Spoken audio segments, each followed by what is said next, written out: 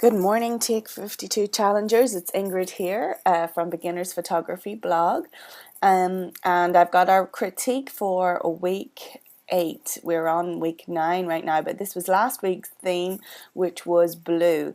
And I've chosen an image from, I'm not quite sure how to say your name, Clan Sherry. But I seen Christy calling you Cher, so that's what I'm going to call you from now on. And it's a beautiful portrait, and I think it really encapsulates the theme blue very well. So I wanted just to take you through a few things that Cher's done here, and a few things that maybe she might have been able to improve, and hopefully you will learn from that. So the theme was blue, and there's no doubt that this picture is very blue, and it actually feels very, very chilly. I was amazed by everybody's photos in the challenge, how I thought it would be overwhelmingly cold, and there was a lot of things that weren't: the blue skies, the warmth, but this is blue, showing its cooler side for sure.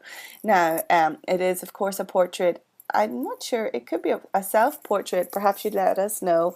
I think it may well be.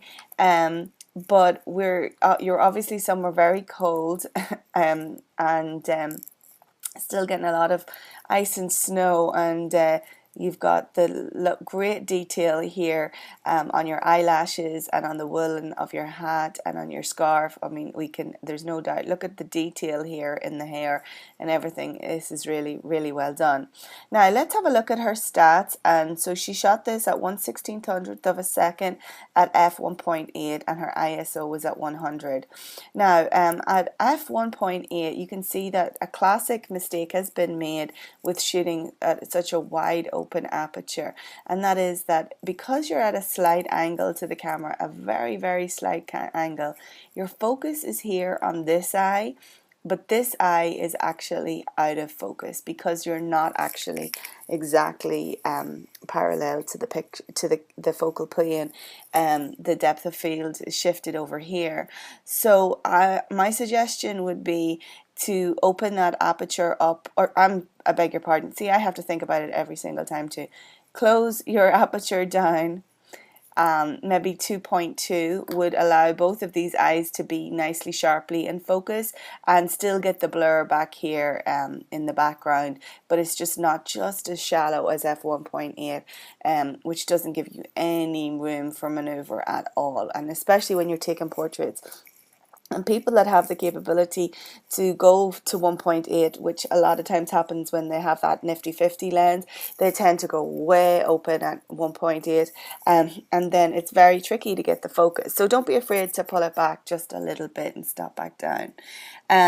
But I love the detail in the eye. The composition is just perfect. I love the way that you have taken the top of the head and you haven't worried about that. There's no doubt that the focus is there on the eyes, and you have used several kind of I guess the rule of thirds here in terms of framing. So your eyes are running along the line of thirds. You've got it shifted over to the center, which is really good. And just the texture in the image with the hat and then the different patterns back here, it's just very interesting. It's a really, really engaging photograph. I presume this is snow behind it. Could just be a white background, a white I'm presuming cloud or coverage, sky. It is a little over blue. I mean, your skin tone is a little too blue.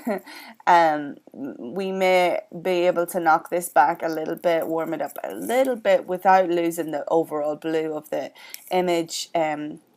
Just to get more natural white. There tends to be, when you shoot an outdoor light, it does tend to be rather cold anyway, so your white balance will shift a little bit towards the bluer side. So you can knock that back either in editing or setting your white balance before you shoot, but I wouldn't go too crazy with it. I just think it might lend itself to a little bit more of a natural kind of a white back here, but because the theme is blue, it doesn't really matter.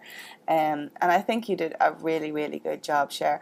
But opening up this, again, narrowing down the aperture would help. Then you'll find that your shutter speed might have to slow down a little bit, but you've plenty of room there for maneuver. But don't forget also you could have adjusted your ISO up one notch as well, and that would have helped to steady your camera. But overall, an excellent shot. I hope you all can learn from this portrait, and especially those tips about that 1.8. I see that happening a lot, and that's one of the reasons why I chose this picture to demonstrate our critique for this week. So our theme for this next week is up, and it is roots for week 9. So I can't wait to see what you all come up with for that. I hope you're enjoying these weekly critiques on the blog, and if you want to take part in that, don't forget to tag me in your image when you're uploading it to the group album, and that way I know that you are okay with me doing it.